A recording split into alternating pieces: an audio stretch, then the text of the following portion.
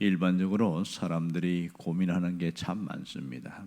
돈 문제, 건강 문제, 뭐 이런 자기 삶의 미래에 대한 문제, 이런 부분인데 결국은 이 문제들이 어떨 때는 끝까지 해결이 안 될 때도 있고 해결되었는가 싶으면 또 문제가 생기기도 하고 그런 일들이 자주 반복되고 있습니다. 오늘 백성들이 보면 이스라엘 백성들의 모습도 똑같습니다. 이들이 정신없이 출애굽을 하기는 했지만 막상 광야로 나오다 보니까 자기들이 고민이 이만저만이 아니었던 겁니다. 그들은 새로운 출발을 하기는 했지만 한치 앞을 내다볼 수 없는 이 광야에서 자기들의 심각한 고민에 빠졌습니다. 광야에 출애굽하면 뭐든지 다 해결될 줄 알았어요. 우리 마시고 나면 예수 믿으면 뭐든지 다 해결될 줄 아는 거 똑같은 거죠. 근데 그들에게 심각한 고민거리가 생기기 시작했습니다. 제일 처음은 길입니다. 지금 길에 대한 얘기가 계속 반복적으로 나옵니다. 하나님이 블레셋 길로 인도하지 않으셨다. 또 하나님이 광야 길로 인도하신다. 또 숫꽃가에다 계속 길에 대한 이야기로 자꾸 나오고 있습니다. 이 길이라는 것은 방향성입니다. 어디로 가야 될지 이 부분에 대한 것이 명확하지 않아서 우리 어디로 가야 돼? 모세도 사실은 길을 출애굽해서 왔긴 왔지만은 그가 가본 것은 호렙산밖에 없거든요. 그거 외에는 몰라요. 그러니 사실 정확하게 몰라요. 그러니 당황스럽습니다.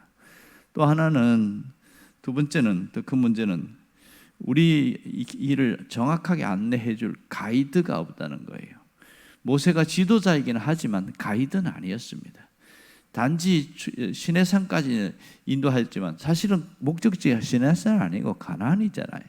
그러니까 가이드가 없다는 게 이게 고민이었어요. 그리고 또 하나는 뭘 먹고 사냐는 거예요. 의식주 문제가 해결이 안 되는 겁니다. 나오면 뭐가 다 될 줄 알았는데 이게 해결이 안 되는 거예요. 이거 어떻게 살아가는 거야? 언제까지 가야 돼? 그리고 언제 보장성이 없습니다. 언제까지 가면 뭐 가나안에 도착한다 이런 보장성. 또 하나는 보이지 않는 위협입니다. 안전의 문제가 있습니다. 블레셋의 군대라든지 뭐 아말렉 군대라든지 이런 이 위협이 얼마나 많은지 모릅니다. 그 위협은 군대뿐만 아니라 광야에서 있는 그런 곤충들이라든지 그런 또 짐승들 이런 위협들이 노출되어 있습니다. 그 결과 그들은 혼란과 무질서를 피할 수가 없는 거예요. 어떤 사람들이 유언비어를 퍼뜨리기 시작하는 겁니다. 야, 우리 10년도 더 걸린다더라. 아니야, 20년도 더 걸린다더라. 이러니 사람이 두려운 거죠. 당혹스러운 거예요. 어떻게 해결해야 되냐? 모세가 뭘 정확하게 방향을 제시하고 야, 우리 2주 만에 갈 수 있어. 뭐 얘기도 하지 않는 거예요. 모세도 잘 모르니까 하나님이 그냥 가라 하니까 따라온 것이죠. 여러분 어떤 면에서 이 이스라엘 백성들의 고민거리는 우리의 고민거리와 거의 흡사하다는 걸 알 수 있습니다. 열심히 살아가긴 살아가지만 내일을 알 수가 없어요. 내일 어떻게 펼쳐질지 그냥 단지 좋게 되기만 바랄 뿐 확실성한 게 아무것도 없습니다. 그러니 내일에 대한 불안감이나 이 두려움이 커질 수밖에 없는 것이죠. 열심히 살아가지만 불투명한 삶의 현실은 우리의 마음을 힘들게 합니다. 오늘 평안하다 할지라도 내일 평안하다는 보장이 없습니다. 어떤 면에서 젊을 때는 뭔가 다 할 수 있을 것 같았어요. 용기도 있고 패기도 있고 능력도 있었습니다. 하지만 나이가 들면서 상황은 점점 달라지기 시작합니다. 왜냐하면 모든 게 낯설게 느껴지는 게 너무 많습니다. 세상이 너무 빨리 변하거든요. 요즘 옛날에는 10년이면 강산도 변한다는데 요즘 10년 안 걸립니다. 몇 년 만에 다 바뀌어버려요. 그러니 너무 힘든 거예요. 그리고 시대가 흘러가는데 이 뭐 기기들이 뭐 새로 바뀌는데 정신없이 바뀌어 나갑니다. 그리고 우리가 현실적으로 일자리도 점점 줄어들고 기계가 일자리 다 차지하고 있죠. 뭔가 살아가는데 미래가 두렵고 이게 상당히 어려운 것이 사실이에요. 그냥 골치 아프니까 그냥 막 덮어놓고 살아가자 뭐 그런 뜻으로 살아가고 있는 것이죠. 자, 그러면 하나님이 이스라엘 백성들에게 제시한 해결책이 뭘까요? 그것은 오늘 본문에 나온 것처럼 구름기둥과 불기둥입니다. 바로 여기 끝에 보면 21절과 22절에 보면 구름기둥과 불기둥이 나옵니다. 낮에는 구름기둥으로 밤에는 불기둥으로 그렇게 합니다. 사실은 하나입니다. 둘이 아니라 하나입니다. 낮에는 구름기둥 무슨 뜻입니까? 구름이 싹 가려서 시원하게 만드는 겁니다. 우리 한여름에 그 떼약볕에 너무 더울 때 구름이 싹 이렇게 가려지면 얼마나 시원합니까? 그것처럼 그들은 엄청난 더위 속에서 고통받을 때 구름 전체가 200만 명 전체를 가리는 거죠. 그리고 밤이 되면 또 추워요. 춥지만 우리처럼 영하로 떨어지진 않습니다. 그러나 그들은 기온차가 너무 떨어지기 때문에 영상의 날씨에도 얼어 죽는다고 그러더라고요. 워낙 날씨의 격차가 크니까. 그때 밤에는 구름이 복사열이 돼가지고 우리가 말하면 전기 열선처럼 그렇게 해서 내려오는 겁니다. 이게 불기둥인 거예요. 그러니까 하나인 것이죠. 이렇게 해서 하나님이 이것을 보내주신다, 이 얘기를 하고 있습니다. 자, 이 하나님께서 말씀하신 구름기둥과 불기둥은 뭘 의미하냐? 이것은 하나님이 함께 하신다는 사인입니다. 하나님이 너의 길을 인도하신다는 사인입니다. 낮에는 타 죽지 않고 밤에는 얼어 죽지 않게 하도록 하나님이 그들을 함께 하신다는 겁니다. 그러니까 그 속에는 뭐가 담겨 있어요? 그들을 끝까지 사랑하시고 책임지시겠다는 하나님의 마음이 그 속에 담겨 있는 것이죠. 결국 구름기둥과 불기둥을 통해서 정확하게 보여주는 것은 보호하심이에요. 어떤 것도 너희들을 위협하지 못하도록 내가 보호하겠다, 그렇게 이야기를 한 겁니다. 심지어 애국 군대가 쳐들어오지만 애국 군대로부터 보호하잖아요. 놀라운 것은 이 구름기둥이 애국 군대가 쳐들어왔을 때 실제로 그 불기둥으로 밤에 바뀌잖아요. 그래서 불이 들어가서 더 건너오지 못하게 하는 엄청난 일들이 납니다. 홍해가 다 갈라져서 건너갈 때까지 하나님 애국 군대 못 들어오게 하는 엄청난 일들이 일어나잖아요. 이 보호하심, 낮에는 뜨거운 태양으로부터 밤에는 그 추위로부터 보호하신다는 것을 강조하고 있는 것이죠. 그러므로 이스라엘 백성들에게 고민하던 그들의 모든 문제가 해결되었습니다. 방향성 어디로 가야 되냐? 구름기둥과 불기둥이 가는 대로 따라가면 됩니다. 리더십의 문제, 지도자가 필요 없는 거죠. 모세도 하나님이 지도자인 거죠. 따라가기만 하면 되는 거예요. 의식주 문제 하나님이 다 해결해 주십니다. 성경에 보면 먹는 것뿐만 아니라 옷까지라든지 신발까지도 책임지신다. 어떻게 책임져요? 안 떨어지는 거예요. 헤어지지 않는 겁니다. 신발 한 켤레로 40년간 신었습니다. 여러분, 그런 데가 있겠습니까? 실제로 이스라엘 백성은 그렇게 가능했거든요. 하나님이 책임져 주셨습니다. 그리고 안전의 문제는 하나님이 책임져 주셨어요. 놀라운 것은 하나님이 이렇게 하시는데 이스라엘 백성들은 딱 할 일은 뭐예요? 구름기둥과 불기둥을 따라가기만 하면 되는 것이죠.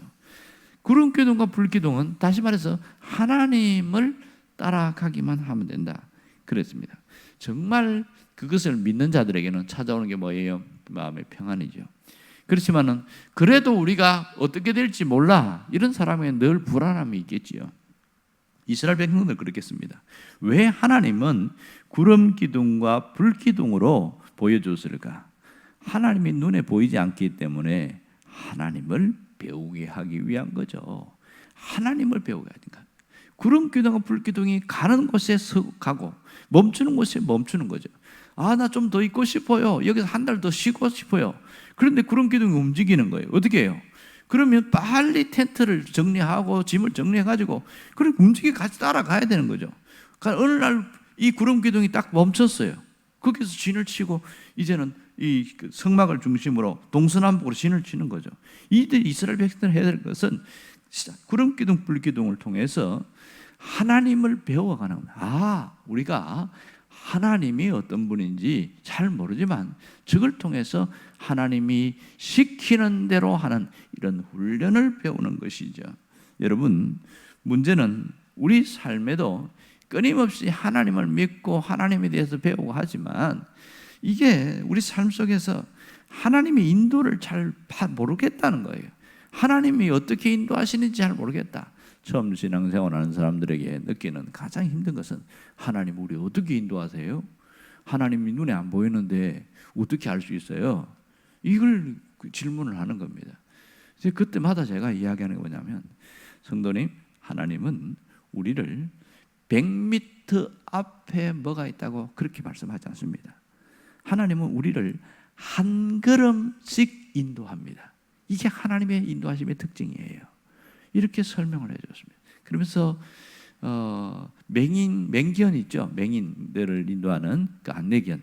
이 이야기를 하면서 이 안내견들도 이제 훈련할 때도 그렇고요.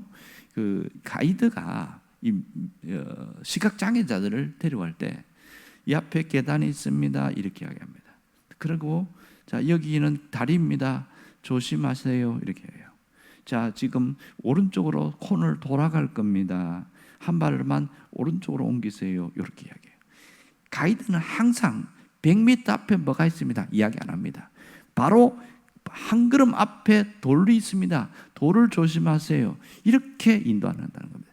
이처럼 하나님이 우리를 인도하실 때 한 걸음씩 인도한다는 겁니다. 한 걸음씩. 이 하나님의 인도를 모르면 우리는 답답한 거예요. 우리는 어떻게 하기를 원하냐? 하나님 100m 앞을 보여주세요. 1km 앞을 보여주세요. 우리는 꼭 그걸 원해요. 하나님 올 한 해 내가 어떻게 될지 하나님 그것 좀 알려주세요. 10년 후에는 어떻게 될지 좀 알려주세요. 알려주면 뭐 할 건데요?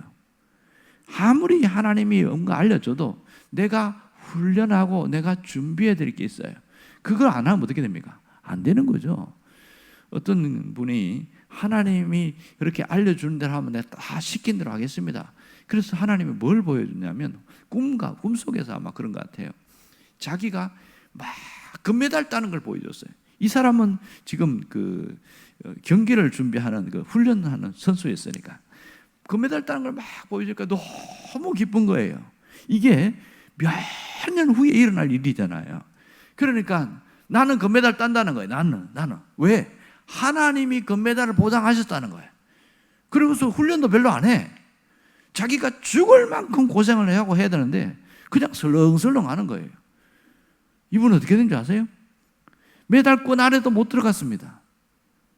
하나님이 보여주면 뭐합니까? 그걸 위해서 죽을 똥 살똥 연습을 하고 노력을 해도 될까 말까인데 뭔가 보여주면 다 되는 줄 알아요. 이게 착각인 거죠. 그래서 하나님은 우리를 그렇게 인도하지 않거든요. 자꾸만 뭔가 보려고 하고 뭔가 알려고 하고 그게 좋지 않다는 것을 이게 왜 그런지 모르겠어요. 그럼에도 불구하고 자꾸만 뭔가 보려고 해요. 그래서 기독교인들 중에 점을 치러 가는 사람들이 의외로 많습니다. 기독교인들 때문에 돈벌이 하는 사람도 의외로 많아요. 안타까운 현실인 거죠. 여기 있는 분들은 한 분도 그런 분 없지만 말입니다. 여러분, 하나님이 우리를 어떻게 인도하는지를 잘 알아야 됩니다. 하나님은 한 걸음씩 한 걸음씩 인도합니다. 그럼 우리가 해야 될 일은 뭐예요? 하나님을 믿고 따라가기만 하면 되죠. 그 하나님을 믿고 따라가면 됩니다. 우리가 잘 안 되는 게 뭐냐면 하나님을 믿긴 믿어요. 안 믿는 게 아니죠. 온전히 믿지 않는 거예요. 100% 믿고 따라가야 되는데 어느 정도는 믿고 어느 정도는 내가 해야 될 일 이렇게 하고 자꾸 자기 생각들이 앞서가는 거예요. 우리의 나쁜 습성이 뭐냐면 자꾸만 하나님 잠깐 계세요. 내가 앞에 갈 테니까 하나님은 따라와 주세요. 이런 습성을 갖고 있어요. 이게 참 문제입니다. 사람들이 갖고 있는 인간의 본성이 그렇다는 거예요. 자꾸만 하나님 내가 지금 이 고민거리가 있는데 하나님 이거 해결해 주세요. 해결됐어요. 그랬더니 다음에 또 문제가 생겨서 하나님 이거 해결해 주세요. 물론 하나님은 해결해 주시는 분인데 이분은 가만히 보면 하나님을 부려먹는 마치 알라딘 램프의 지니처럼 부려먹는 그런 식으로 하나님을 믿는 사람이 있어요. 하나님이 참 신앙도 어리고 철이 없으니까 그러니까 들어주긴 하지만 실제 하나님 그런 분 아니잖아요. 하나님은 우리가 온전히 섬기고 온전히 높이고 하나님을 드러내는 그런 분이어야 되는데 이 철이 안 되니까 그렇게 살아갑니다. 왜냐하면 하나님을 몰라서 그래요. 하나님이 어떤 분인지 어떻게 섬겨야 되는지 몰라서 그런 일들이 생기는 겁니다. 오늘 우리가 이 하나님을 제대로 안다면 어떻게 해야 할까요? 내 삶의 주도권을 그분께 온전히 위임하는 거예요. 위탁하는 게 너무 중요합니다. 하나님께 맡기세요. 삶의 주도권을 하나님께 맡겨야 됩니다. 이것만이 우리가 해야 될 일입니다. 그럴 때에 우리의 모든 문제를 하나님이 해결하십니다. 심지어 죽고 사는 문제까지도 하나님께 완전히 맡겨버리면요 더 이상 두려움도 없고 불안한 것도 없어집니다. 그런데 그게 안 된단 말이에요. 그게 안 돼요. 맡기긴 맡기는데 두 종류입니다. 온전히 맡기는 사람이 있고, 어떤 사람은 맡기는데 절반만 맡기고, 어떤 사람은 온전히 맡기긴 했어요. 그런데요, 다시 찾아와요.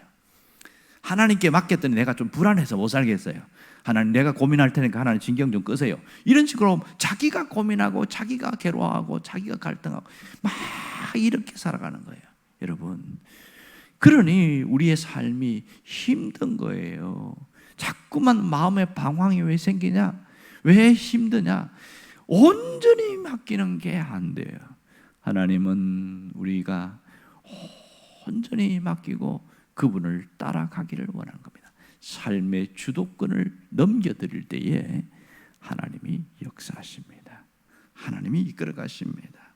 여러분, 내가 오늘 결단할 것은 그겁니다. 오늘 내 삶, 죽든지 살든지 하나님이 인도해 주시기를 원합니다.